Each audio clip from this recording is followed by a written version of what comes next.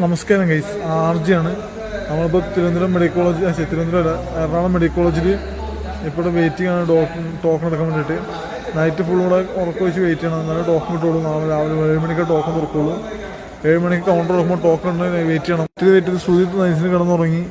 ഇന്നിപ്പോൾ ഞാനും കിടന്നുറങ്ങണം. ഇവിടെ കുറേ ആൾ വെയിറ്റ് ചെയ്യണം. ഞങ്ങളെപ്പോലെ തന്നെ ഇഷ്ടംപോലെ ആൾക്കാർ വെയിറ്റ് ചെയ്യുന്നുണ്ട്. ഇഷ്ടംപോലെ ആൾ വെയിറ്റ് ചെയ്യുന്നുണ്ട് ഗൈസ്. ഗൈസിനൊക്കെ വെയിറ്റ് ചെയ്യുന്നുണ്ട്. നമ്മുടെ ടോക്കൺ കൂടെ ഓൾറെഡി ചെയ്തിട്ടുണ്ട് 5-ാം നമ്പറിൽ.